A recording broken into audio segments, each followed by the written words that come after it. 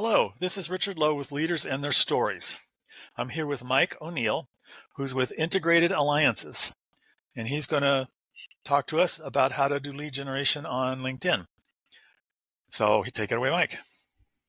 Well, LinkedIn's 21 years old, so it's had quite an evolution over time. We'll talk about where it is now, but I'll just spend 45 seconds talking about kind of how we got here.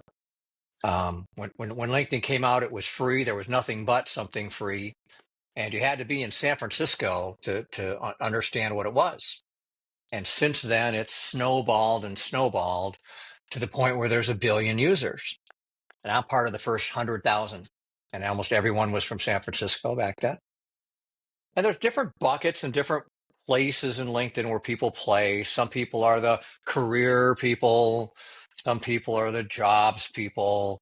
Some people are all about posting, and some people about profiles. And I wrote a couple LinkedIn books about profiles and branding in 2010 and 2015.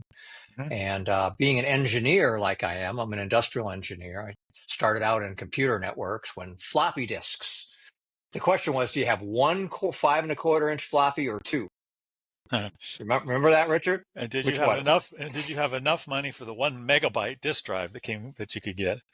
I had the 64K of memory. Yeah, You know, yeah, I remember those days. Remember those yeah. days. So, I so you know, that's the.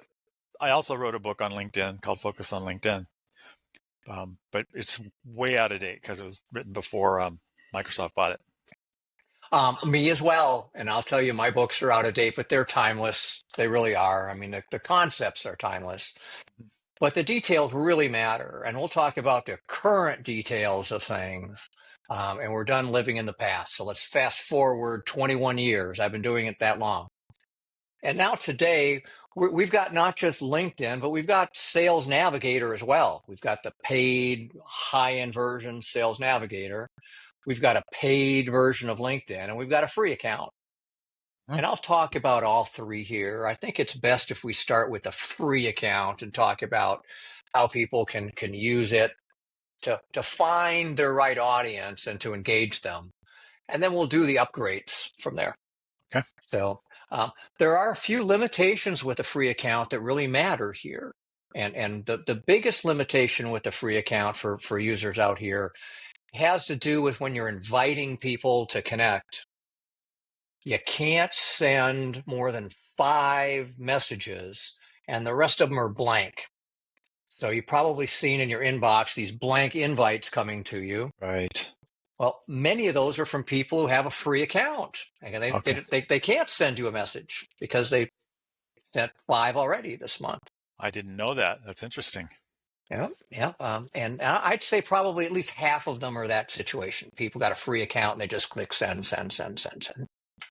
Okay. If you're going to do that with a free account, your headline on your profile matters a great deal, because in the connection inbox, they see part of your headline, and the headline is that text right by your name up at the top there. Okay. So the area of your profile that matters the most obviously is your headline. It's the first thing That people see. Yeah, that and your picture. Those are the two things. Yeah. Right around here. I don't mean your body picture. I mean your mug. The headshot. Yeah. So if you're going to be inviting people with a free account, focus a lot of attention on that part of your profile. Okay, the area at the top and the picture. All right. So you can send up to 100 a month, which is really quite a bit, with a free account. So a free account works really great for a lot of people. It has an upgrade called Business Premium, and the upgrade lets you send as many of those kind of messages with text as you like. And you can see for 90 days back who's been viewing your profile. And for some people, it's the little gold badge that counts, that puts people over it. Right. And it's $60 a month. You buy a year, you get 2 months free, that kind of thing. And then there's another version of LinkedIn called Sales Navigator. And I work primarily with Sales Navigator. My clients work with lesser accounts, but I work with, we call it SNAV, SNAV in our world. Okay, Right. it's got a nickname. And SNAV has all kinds of capabilities, and it's really complex product. So let's start out with the free account and work on that. All right. Okay. When you're looking for people to target, you're generally looking at 4 or 5 criteria. Where are they located? Probably don't care about people in Hong Kong. Right. Maybe you don't care about people outside of your state. So let's say that's first, okay? And generally, you're talking about cities and states in general, cities and states. Yeah, I target That Texas and Florida. yeah, Yeah. the really good markets. Texas and Florida, California, those are 3 really big Right. markets. After that come Illinois and New York in terms of size of market, and then Georgia. I do a lot of targeting, so I know the big markets. Georgia's my third one. Yeah. Yeah, that's the top 5, that we do. Now, if you're going to do some outreach and you want to be serious about it, don't start being serious. Do your outreach in Arkansas or Mississippi or Missouri so you can practice before you get to the big leagues. Hmm. In baseball, they've got preseason, football, hockey, any sport, they've got preseason so they can tune things up.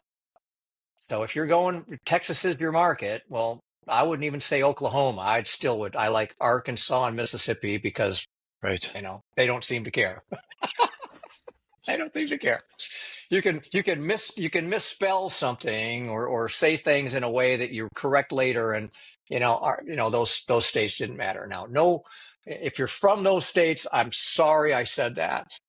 Okay, but you understand the idea. Do it someplace out of your own audience, somewhere far away. I'm in Spain, so everything's far away from me. So we talked about location. The next thing that tends to matter is what industry people are in. Okay, medical industry is different than secondary education. Different than healthcare, different than hotels. So there's 430 industries on LinkedIn. Wow. And there used to be 147, and they just tripled it about a year ago. Okay. So when you go to type something in, you can see the matchup. Right. Okay. And you can just, I've got a lot of tools that I use to hone in on industries and stuff. And like, for example, if you pick the technology industry, it doesn't just include technology, it includes 45 other industries, Hmm. including libraries, Richard. Interesting. Libraries fall Interesting. under technology. Interesting. Um, so, so when you're dealing with industries in LinkedIn itself, you're stuck with big industries. If Right. you get into Sales Navigator, you can say, I want that industry, but not libraries. You get really granular. You can say not just what you want, Right. but what you don't want if you've got that information, if you Okay. happen to know what that information is. Okay. Okay. So the next thing that comes into play, and this is a really big one here, this may be the biggest one, job titles. Yeah. Okay. Do I target here, here, and you can use some combinations. We call it Boolean. Okay, Boolean is Right. a programming term that just basically says or. In our case here, we'll just use the simplest ways: this or that, president or founder or director. I look for president, founders, C-levels, VPs. Yeah, and you can use 5 of those words. Yeah. You can have so many or commands: this or this or this or this or that, but that's it. Yeah. In LinkedIn. In Sales Navigator, you can go or all the way down the street, or yourself Which I to do. death. Which I do. Yeah, and you can use ors to say the ones you want, and then you can use ors to say the ones you don't want. Like, I don't want past presidents. I don't want fraternity presidents. I only want these kind of presidents. And that's Right. Sales Navigator. So that's why you pay a little more money and you get a lot more, but it's Get a lot pretty more. They complex. call it querying. You get a lot more querying. Yes, a lot more querying. You can ask better questions of the machine, Right. right? Okay. So in the LinkedIn and the free version and the LinkedIn premium version, one last thing that comes into play sometimes that's significant is the keywords. Mm. Okay.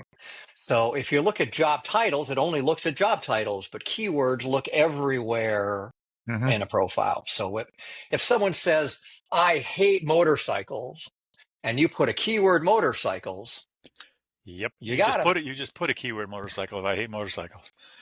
Yeah. Yep, there you go. So if you hate something, it doesn't matter. The system doesn't understand hating and liking. It just says, I found a word. In fact, it works the Okay. way Alta Vista used to work back in the day.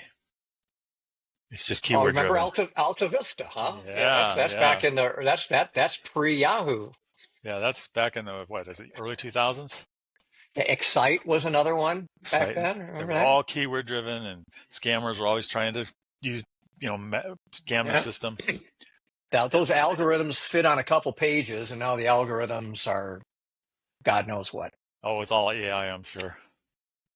So you pull all those items together, and then you get a search results, and in LinkedIn you see 10 per page. Right. In Sales Navigator, you see 25 per page. It's just you see a certain amount, and you go to page 2, page 3. So if you found now your people, what are you going to say to them? Buy That's my that's the stuff. next.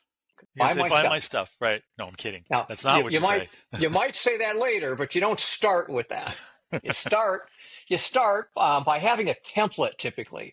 So you've got some little base message, it's a sentence or two that you might say, and then you'll look at somebody's profile and you'll take that text and you go, oh, I learned he's into funky shirts. Okay, so you paste your message into the connection request and you'll say, I'm into funky shirts too, or I really like that dashika you had, or the, what do you call your shirt? Hawaiian Your shirt. costume, Yeah. your Hawaiian shirt.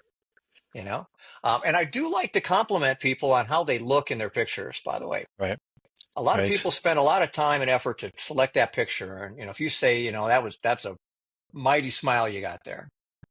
Um, Yeah. You Mighty basically smile you got there. you say anything you can to show them that you actually looked rather than a robot. Exactly so. Exactly so. And you expect someone who's in marketing to have marketing stuff in their profile. You're looking for something that's unusual, off the beaten path. And in a profile, the about section is the best place to find that. Right. And then you scroll to the bottom, right, and see if they're part of any associations, or they went to a school that you could talk about, or they volunteer or have some causes. Um, I like to look at the recommendations people get. You ever look Yeah. at those, Richard? Oh, I'm actively getting lots of them, and I look at them definitely. Yeah, when you look at, well, let's say it's Jonathan that you got there, and you scroll down into the recommendations and it says John. Well, I'm not going dear Jonathan anymore. I'm going with John. Or if it's Johnny, or whatever.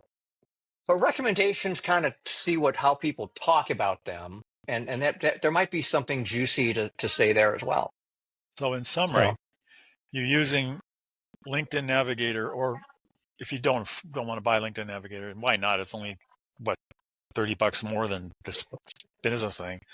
yeah, You're using it to find qualified people to talk to, that's right. That's and you're right. And you're you get a search list. You've got a list of people in a search. and then you're putting together a semi-customized message at least.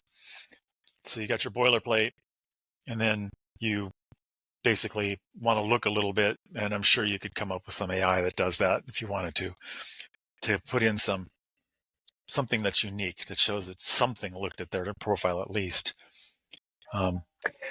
Exactly so. Exactly. Now, if you, I'm in technology, and a lot of our audience are technology people. Okay.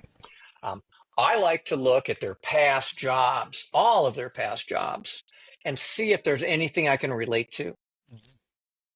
What were they doing back in the 80s and 90s that I can relate to? That's when I was in technology. I worked in telecom, internet, systems integration, servers, wide area networks. I worked in all that cool stuff. And if I see they had anything to do with any of that, I'm on it. I'm throwing out slang and gibberish that's related to that kind of stuff to get them Right. feeling warm and cozy. Right, Yeah. right, right. We would have talked about TCP/IP. So, so basically, a technical person or a leader can use this to help find other people in their industry or their whatever kind of criteria they want to network with, to sell to buy from, whatever their purpose is. They can use this to find better qualified people. So they're not wasting other people's time and their own on people who are not interested. For example, like one of the first mistake that I made in LinkedIn when doing this was I would throw out a message that said, I'm a ghostwriter and I want to help you write a book. And then I got back, somebody says, you didn't look at my profile. I've written 50 books. I'm like, oh, Yeah. that was that was years ago, probably 8 years ago or something. Learned my lesson since then. Make sure that you've checked. And then you have a different message. I see you've written several books. Are you thinking of writing another one? Maybe I can help with that. It's a different message, but it shows that you at least looked. Yes, having a library of templates is what you just described, and that's brilliant. That we do that ourselves. I have 5 or 6 that fit the different scenarios. Right. In technology, it might be that, I worked at a technology company that's similar to yours, or Right. you were in Colorado, or you're an engineer. I have a template that kind of says how I could relate to them, and then I've got one that says I can't relate to you at all, but damn it, you got a cool company you work for. And now the other mistake that I've made and I've seen other people make is they get this message and there's no. First of all, mistake number 1 is it says buy my stuff. Don't do that. And mistake number 2 is no follow-up or poor follow-up. Yeah.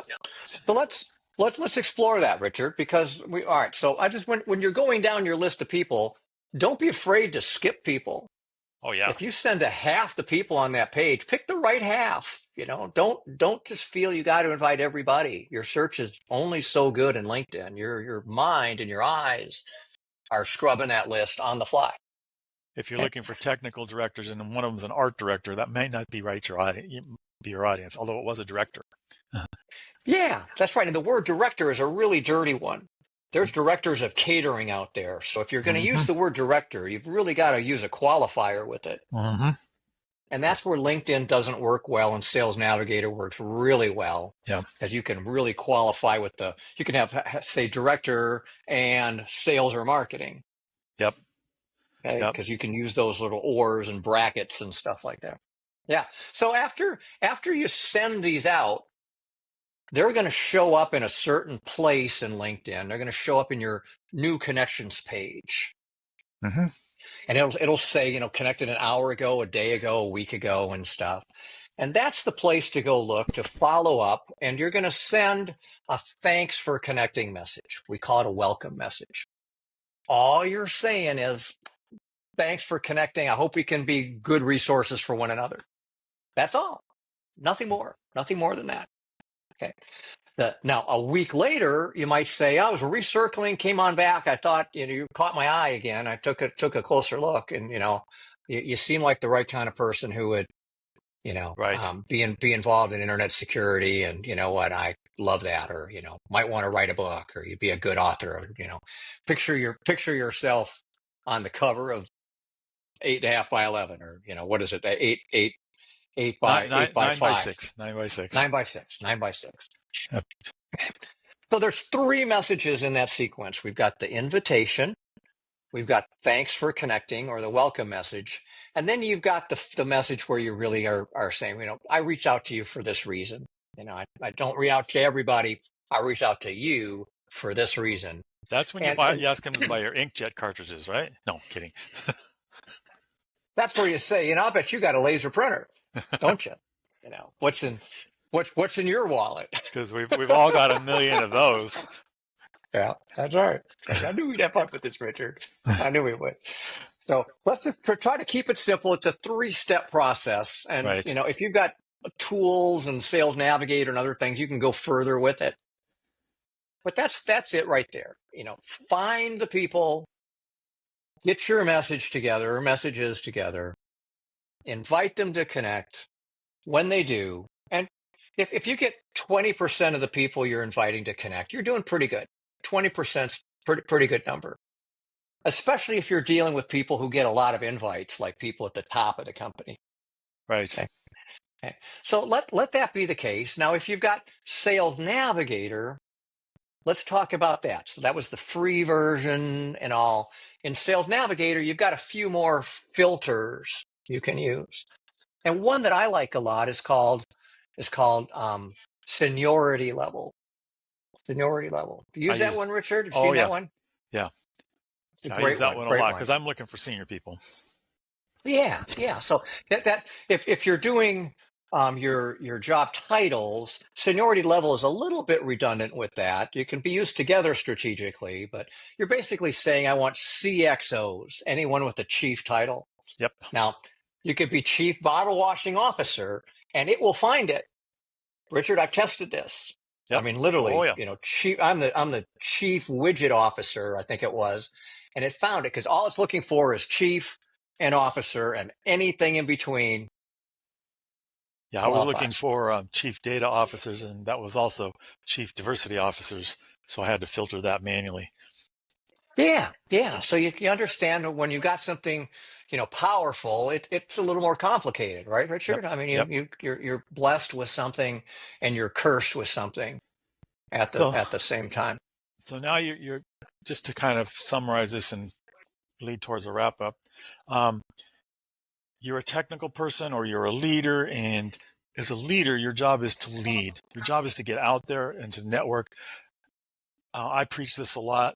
You have to network to survive in this world, especially the way the world is going. So you have to and that doesn't mean going to network groups or things. Could mean that. What it means is getting to people to know, like, and trust you, and find people you know, like, and trust. We could have a whole episode on that. KLT, Yeah, absolutely, it's we a know it's that a one well. it's a word used by many marketers and salespeople, and what it means is you get people to trust you and to like you and know who you are. So you've just connected with people using a method that actually helps with that. You've given them messages that are at least semi-relevant, so they start to know you. You're talking to them over 3 messages. They start to like you a little bit, and they're trusting you a little more because you're actually being relevant. So you've raised it just a little bit. And then as your messages continue, you can raise that even more. And maybe you schedule a meeting. And this is a lot of my audience might think, well, I'm a technical person. Why would I do any of this stuff? Well, what happens if you lose your job? You're going to suddenly scramble. You should be doing this during your whole career. Correct? That's right. That's right. And when you have a job is when you want to be building your network because more people will connect with you. You don't want to appear needy. And they'll You like can you. offer more to people. Yeah, they'll like Now, you. the other thing in the equation, just super briefly, of know, like, and trust, is you have to give to get. So I'm finding that out more and more and more. You have to give something to people. So don't just go on there and say, buy my stuff. First thing you should be asking is, how can we help each other? How can I help you? Kind of thing. And then you gain Right. their trust, and they begin to know you and they begin to like you, because everybody likes it. And I'm not talking about just giving away those free, a free pamphlet or a free something. Give them something they actually could use. Like, are there any people I can connect you with? It's a great one. It's pretty harmless. Mhm. Yep. Is there, where do I get those cool shirts that you're wearing? uh, It's called Dashika, Dashika. I'm sure they're on Amazon. yeah, or eBay, certainly. Um, yeah, Yeah. so in the long and short of it, this helps you get the people to talk to, but it's still your job to qualify those people and then to get them to like you and trust you and know who you are. Yep. And Yep. You do it That's through your profile, and you do it through the words that you speak, you right. put in on LinkedIn. Those are the two things under your control. A lot of things are not under your control. I mean, you can't control whether they're even going to see it, whether they log in, or whether they pay any attention to it. So you can only work with the things that are under your control, and that's how you look and what you say. And then probably the other important thing is don't trigger LinkedIn's annoyance filters, I like to call them, where you're just. I had one person that was a friend of mine, is a friend of mine. He decided he could make a lot of money by connecting to 500 or 600 people a day. So he just bang, bang, bang, bang, bang, bang. LinkedIn deleted his account, just killed it. So Yep. then he tried to create another one, killed it. He could not create he can't create a new account on LinkedIn. If it can identify him, he's not going to be getting an account. So So you have to 20, be 20, 20 a day is a good number if you're going to be doing things. If you want 100 a week, 100 a week, and 20, 30 a day is really the upper limit for what people ought to be doing. And for don't go too connections. fast. Yeah. Yeah, Oh for yeah. connection requests. Don't go too fast. You can. Spread them through the day, like you're a normal person instead of a robot. You don't want to look like a robot. Well, one interesting thing about robots is, a robot will do something every 20 minutes all throughout Right, the right, course of the right. day. And a worker is not going to send a connection request, so on. I like to find a time in the morning.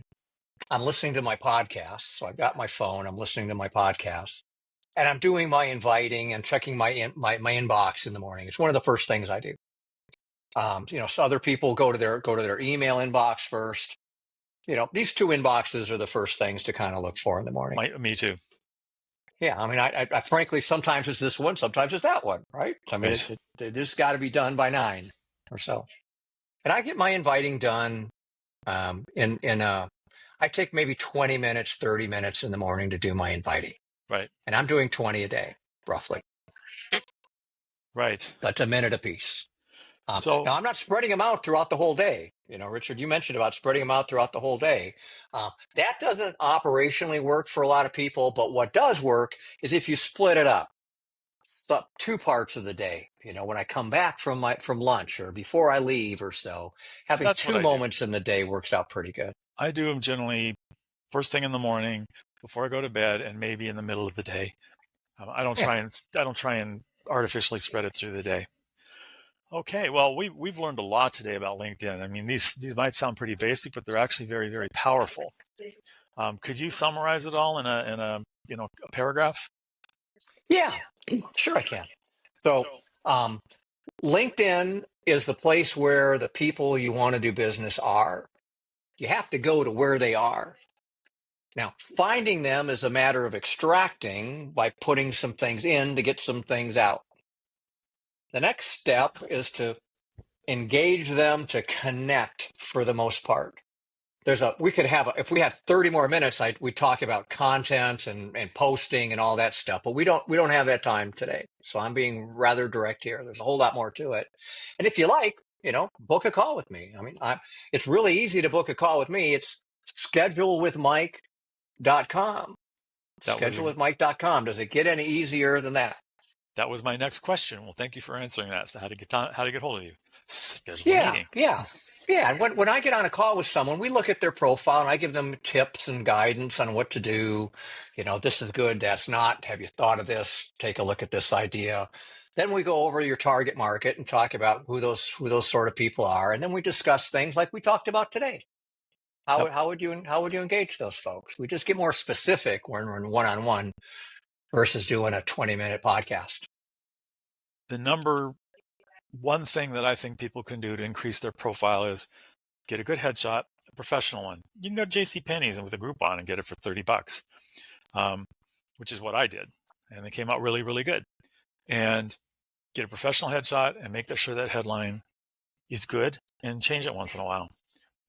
Headline should be what do you deliver to people? What do they get? It's not about you, it's about them. And actually, your headline can be about multiple things. What you mentioned, you and I both do this. Yes. We get a certain amount of characters, and you can say, a little bit, and then put a little separator or an Right. emoji, and then Right. say a little something else and another emoji. I recommend people use 3 sections. So they got the first section is about their name and title, Of or course. their title and company. Then an emoji, and then some qualifications. Mine says I'm a sales navigator expert, campaign expert, Right. and then another emoji, and then something interesting. So mine says Forbes top 50 social media expert. So Right. those are 3 separate kind of buckets of stuff in the same text, separated by an emoji or a little vertical pipe. So you get 3-4 lines of stuff, Richard, right? You take advantage of it. It's prime It's real estate. it's the one that shows up everywhere. And other than the first 3 lines of the about clause, it's the only one that shows up on anything. Those things, and that's what you need to focus on. Well, thank you for Exactly. coming in. Um, I'm Richard You bet, Lowe. Richard. I'm Richard Lowe, the Writing King. You can find me at thewritingking.com or ghostwriting.guru, and I write books for people. I also occasionally do LinkedIn profiles and LinkedIn work. Not with Sales Navigator. That's not my forte. I tend to just look at the profile and fix that up and give a little coaching. So this, that's how it works. I also do case studies and white papers. So thank you for watching the Leaders and Their Stories podcast. I hope this was helpful, and come back next time. Thank you. Thanks for having me, Richard. This was really fun together with you. You're My awesome.